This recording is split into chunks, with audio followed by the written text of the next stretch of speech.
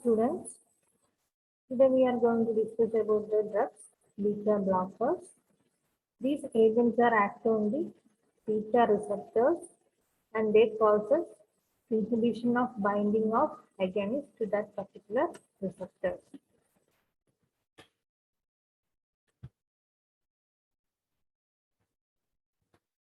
Classification of beta blockers. Beta blockers can be non-selective, selective, and mixed acting agents. Non-selective means they act on both beta 1 and beta 2 receptors. Selective agents are cardioselective agents which act only on beta 1 receptors. Mixed acting agents, they act on both alpha and beta receptors.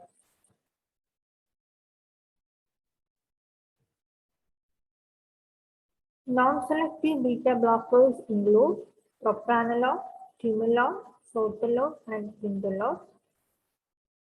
Selective agents are metoprolol, atenolol, ismalol, isobutalol, and ceriprolol. Mixed acting agents are levetolol and carvedilol. Propranolol is the prototype drug among beta blockers.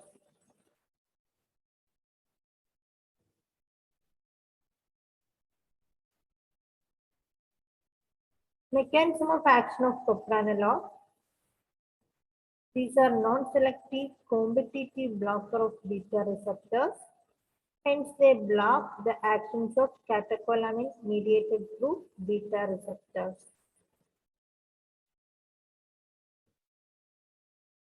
This is the beta receptors present on the myocardium.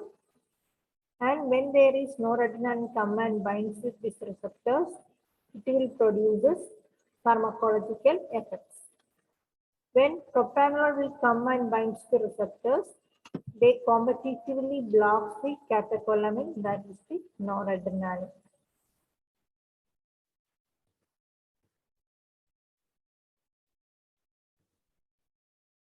Propranolol is a non-selective competitive blocker of beta receptors. They block the actions of catecholamines. Actions of propranolol. It acts on the myocardium, bronchial smooth muscles in the iris, and they also affect the glucose metabolism. Type of beta receptors present on the myocardium is beta 1 receptors. Propranolol blocks beta 1 receptors and causes negative cardiac effects such as decrease the heart rate, decreases the force of contraction, and also decreases the AV nodal conduction.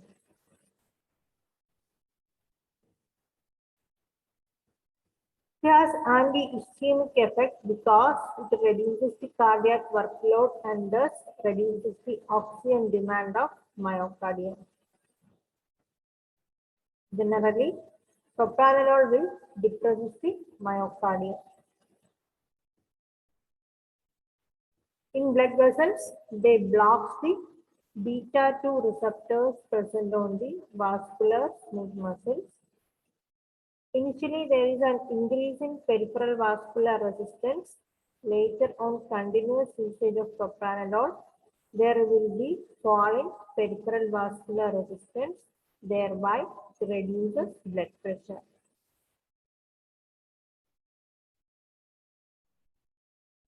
Propranolol blocks the beta 2 receptors present in bronchial smooth muscles, thereby causes bronchoconstriction. So it is contraindicated in asthmatic patients. In eye, beta blockers reduces the intraocular pressure by reducing the secretion of aqueous humor. In renal system, they reduce the release of renin by blocking the beta 1 receptors. Beta 2 blockage causes inhibition of glycogenolysis and delay the recovery from hypoglycemia. Also, propranolol masks the warning signs of hypoglycemia like tremor, sweating, etc. So, hence, the non-selective beta blockers like propranolol is contraindicated in diabetic patients.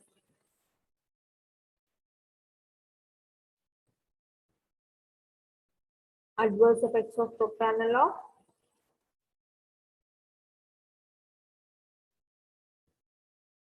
Causes bradycardia, bronchospasm, cold extremities due to loss of beta-2 mediated vasodilation in extremities. CNS side effects include insomnia, nightmares, and depression. On the abrupt withdrawal of beta blockers, there is occurrence of rebound hypertension and angina.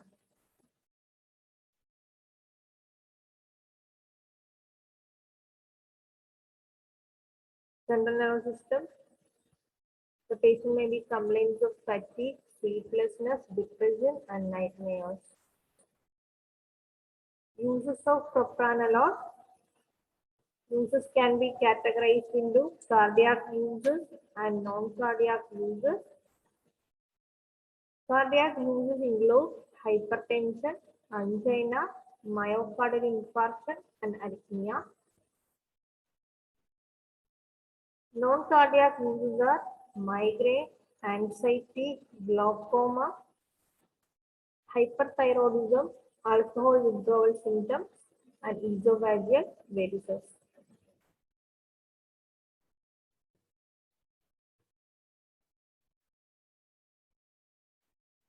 Beta blockers can be used for the management of hypertension because it reduces the heart rate and force of contraction, thereby reduces the cardiac output and reduces the blood pressure. And on long-term use, beta blockers also reduces the peripheral vascular resistance, thereby reduces blood pressure.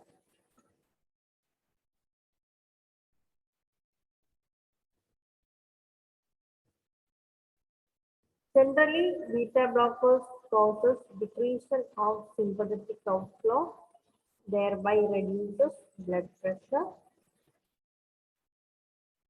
In myocardium, they block the beta-1 receptors and reduces the heart rate and force of contraction, reduces the cardiac output, and thereby decreases blood pressure.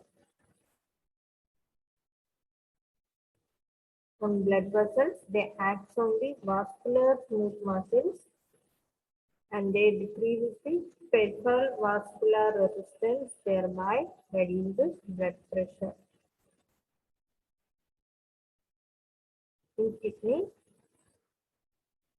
beta blockers reduces the renin secretion and reduces the renin-angiotensin aldosterone mechanism, thereby reduces the peripheral vascular resistance and reduces blood pressure.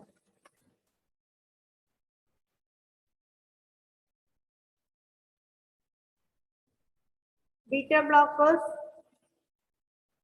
act on the beta-1 receptors and they block the beta-1 receptors and reduces the heart rate and force of contraction, thereby reduces the cardiac workflow and it decreases the oxygen demand of myocardium.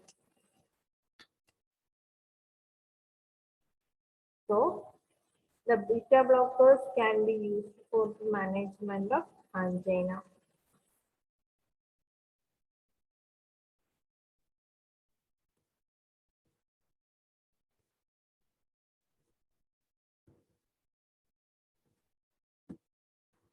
Angina is a clinical condition characterized by imbalance between the oxygen demand and oxygen supply. Beta blockers reduces the cardiac workload, thereby reduces the oxygen demand of the myocardium and reduces blood pressure and relieves symptoms from angina.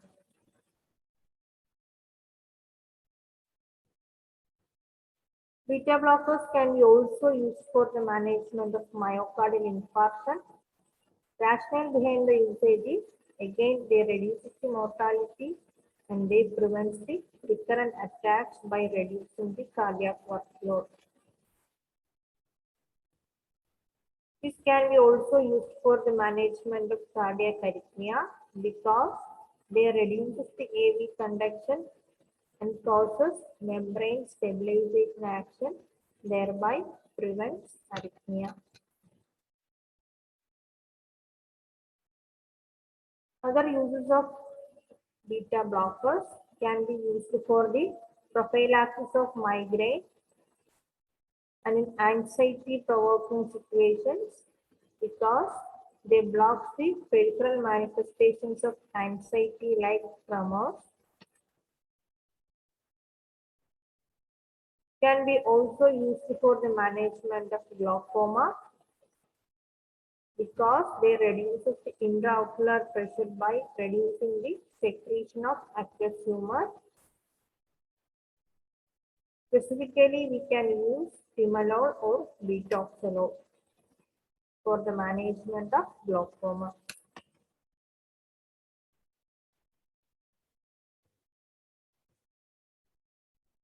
Beta blockers also can be used for the management of hyperthyroidism because they reduce the symptoms of sympathetic overactivity and they also reduces the conversion of T4 to T3.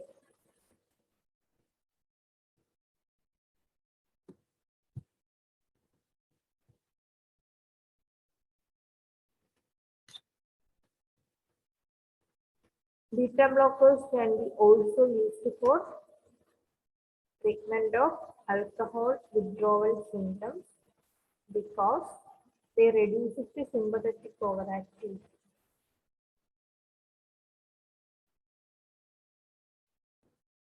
Beta blockers can be also used for the management of esophageal varices.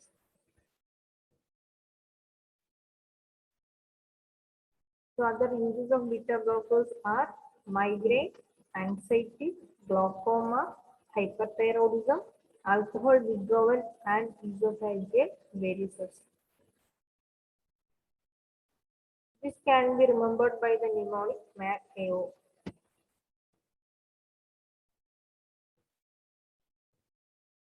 What are the contraindications of beta blockers? The contraindications are bradycardia, heart block, and bronchial asthma. Bradycardia means there is reduced heart rate below 60 per minute. If we give beta blockers to a patient who has already suffering from bradycardia, it will aggravate the symptoms because beta blockers are cardiodepressant agents. It is also contraindicated in case of heart block. In case of bronchial asthma, the beta blockers aggravate the bronchoconstriction and precipitate severe asthma. So, the beta blockers are contraindicated in bronchial asthma. It is also contraindicated in cardiac failure. Cardiac failure is a condition characterized by inadequate pumping of myocardium. If we give beta blockers to a patient who already has cardiac failure, by giving beta blockers, we causes reduction in heart rate and force of contraction. It will precipitate severe cardiac failure.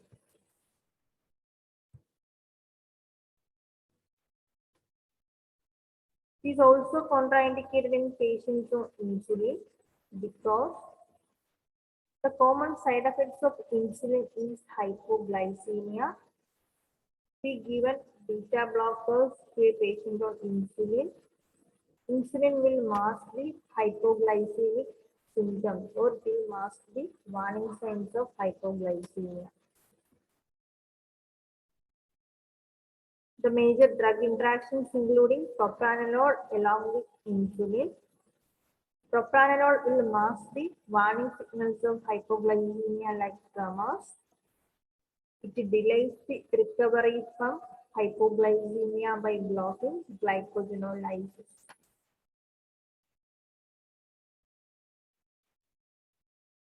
Then selective beta-1 blockers, these are also known as cardioselective beta blockers.